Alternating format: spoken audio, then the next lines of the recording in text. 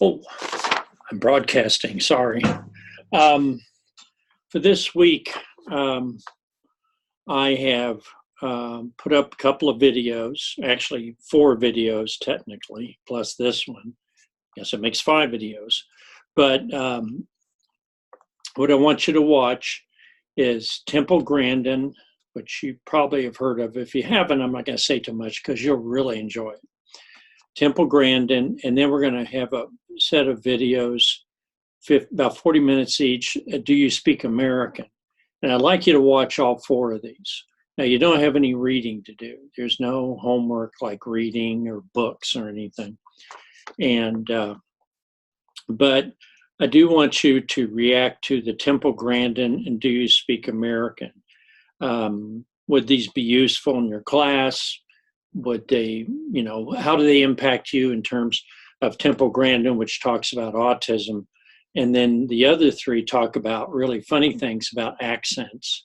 I also, in the discussion page, which you'll click over on for your discussion this week, I have another little area in there with a discussion where it talks about how people speak Appalachian. And if, for instance, if I gave this assignment in Appalachian English, I'd say I have a what would I say? I have a plumb number of videos for you this week, and they're very odd, and you'll just holler when you see them because they're just that exciting. And I'm not selling you a pig in a poke either. You'll really enjoy these videos. And I'm sure that you'll enjoy the ones with the accents. And I'm not a Jasper. I'm not trying to pull something over your eyes, wool or otherwise. And I think I'm being straight with you. I'm not sky goggling you. Okay. So I think you'll understand. Okay. That's a little bit of Appalachian English. I actually speak some of that because we used it, like yonder and reckon. And my dad spoke that. In fact, it was Missouri country English. And I'm not selling you a pig and a poke. That's one of my faves.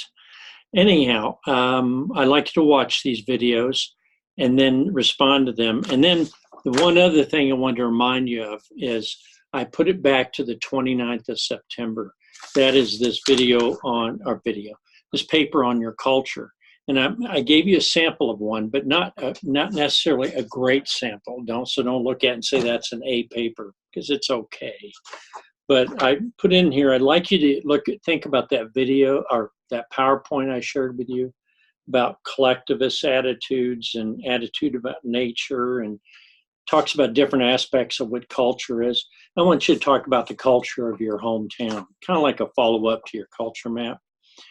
You could choose to talk about where you live now if you want, but I'd be careful not to use anything and say demeaning things about, well, these people are a bunch of gossips and they lie a lot in this town. Well, don't write that in your paper, because I would like to share these, although you'll download it to Canvas. So I've written quite a bit in here just about that paper. I wanted to add to it just so you wouldn't just go to Wikipedia and say, in 1905, this town was founded and some people from Sweden arrived and Germany, and we're about 5% diversity, or, 30% poverty rate and things like that. I'm not interested in a bunch of statistics. What I'd like you to do is throw a few in just for the sake of it, but I like stories. So talk about your town and talk about it as you know it. What's the center of your town? What do people do in your town? You don't have to talk about all the dirt and stuff, so you can say positive things. But if there's some issues, you can bring those up too. I just trust you to do it in a tactful way. So I would like to share some of those, but I love to read them myself. They're so fun, but I don't want to share all of them unless I'll pick out a few to share with the class. That's why I didn't have you put it on discussion page, because everybody'd see it. And I like to hear about where the gossip is in town and what are some of the issues in the town. You can tell me, and then if you want to share it, then I'll ask and we can share a little more. Okay, so that's the assignment for next week. And again, as you talk about your culture, do use some of that terminology from that PowerPoint, where it showed like most of the people are on this side, or most of the people, maybe only a few people are like this. So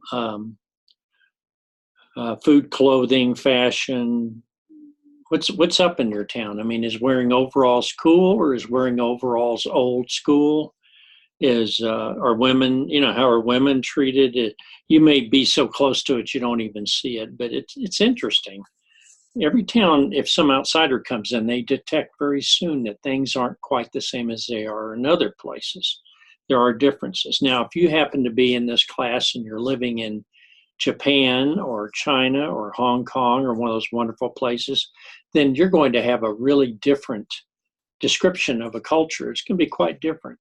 So that's what I'd like you to talk about. So you get to choose what town you want to talk about, hopefully the one you're in now, but it could be your hometown a long time ago, and play it from there. And I hope I gave you enough evidence here. And I don't want you to make it too long, because I put this back an extra week, and I want you to write a real heartfelt perception of your town or whatever your region. And I don't want to turn it into a 8-page research paper. Some people went into Wikipedia and just wrote everything in there. I don't want that. I don't want that. It's okay to give a little background about the history of your town, but let's take it from there. So I hope this video, I hope I'm clear. Oh, and one other key thing I found out today, this group is known in Australia as Akadaka. Did you know that? I didn't know that. I thought it was all AC/DC everywhere. So, and they've been in operation since 1973, which makes them 1 year older than my mustache, which I grew in 1974. I just thought that would throw that into you. Thank you. And I appreciate, I've been reacting to your initial culture maps. I wrote individual emails to you. And please go on UNK email to look for those. Some of these I like to write directly to you on email so I can say what I want to say. Because if I write on the discussion page, maybe you won't go back and even look at it. So, and if you want to know your grades, look on the grade sheet, because I did go through and make notes on there. Thank you.